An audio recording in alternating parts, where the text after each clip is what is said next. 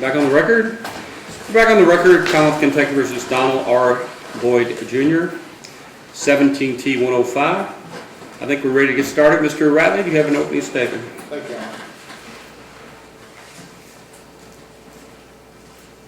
January 13th, 2017, about a mile from here, the Wal-Mart parking lot is what this case is about.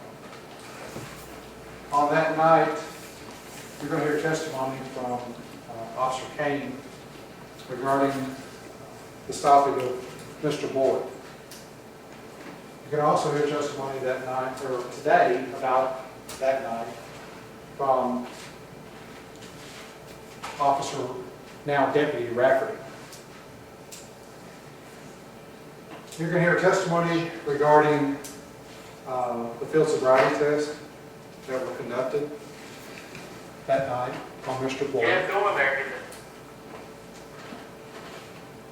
Several questions will be asked and answered.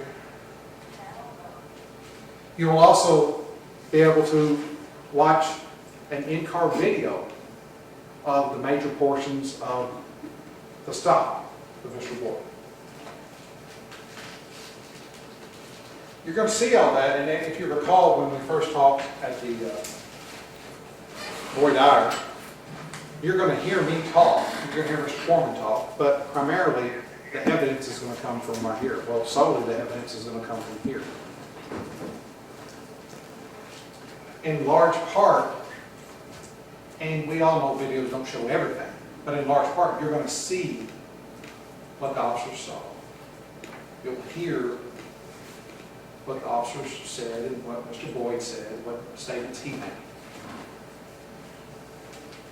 And I just want to remind you throughout this trial,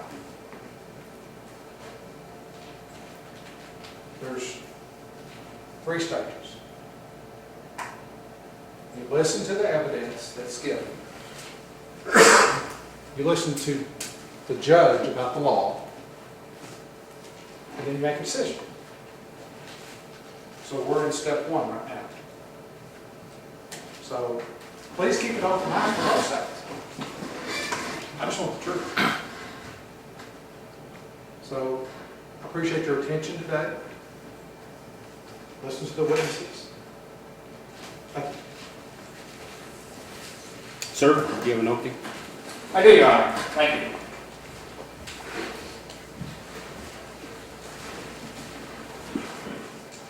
Once again, good morning. Good morning. As I already stated, my name is Larry Forman, and I represent Mr. Boyd. He is 42. He's an electrical contractor here in Grayson. Lived here about the last 6 or 7 years. And he hired me on this case for a reason. My specialty is DUIs. I actually branded myself as the DUI guy because this is basically what I do. It's my bread and butter. Now, this is the field that I've been studying for quite a few years, all through law school, and then when I graduated, I grabbed this really, really thick book that nearly put me to sleep 100 times to learn everything there is to know about DUI so I can put it in practice and help people.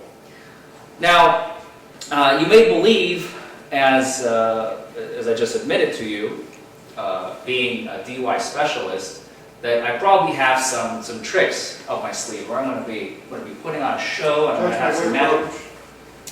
Sure. Do what? Judge, a Kentucky bar does not allow someone to identify themselves as a specialist in an area of law. And I think that's In advertisements. I think that's a misrepresentation to the jury. I think the bar would say that that is not permissible. That's not a permissible statement. Your Honor, again, I would simply argue that where I'm not making an advertisement, I'm simply making an opening statement to a jury. When it comes to specialties, the bar does absolutely prohibit mentioning the word specialty anywhere on a website, business card, advertisement of any sort. I'm not making an advertisement right now. I'm making an opening statement. You probably don't need to do it. Okay. Thank you, Your Honor. So So you might think, you know, I might have some magic tricks up my sleeve and get ready to put on a show for you. And I'm here to tell you that none of that is going to happen. We're going to get to the truth when all is said and done. When the last witness takes this stand, you will know exactly what has happened on the night of Mr. Boyd's arrest, on January 13th of last year.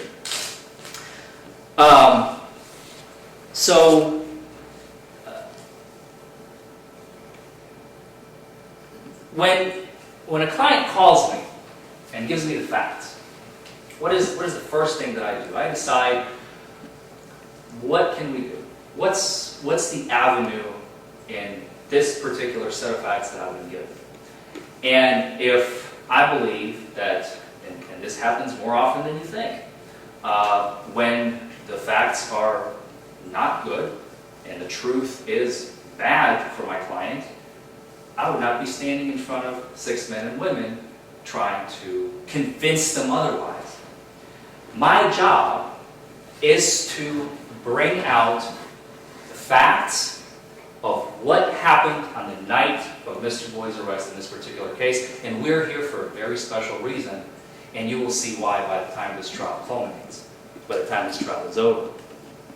Only about 2% of my cases, by the way, I actually take to trial, just a fun fact. So this is one of those cases.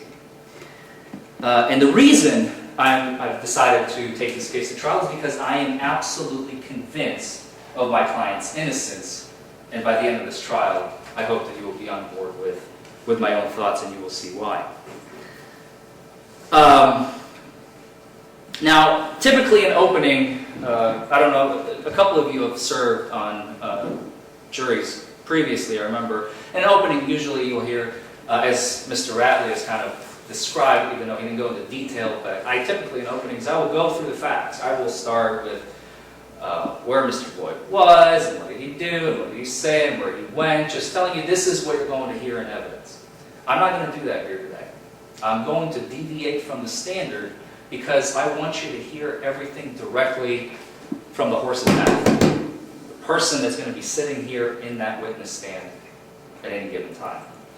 So, I'm doing that intentionally, and I hope that by the end of this trial you'll be in agreement and find my client not guilty.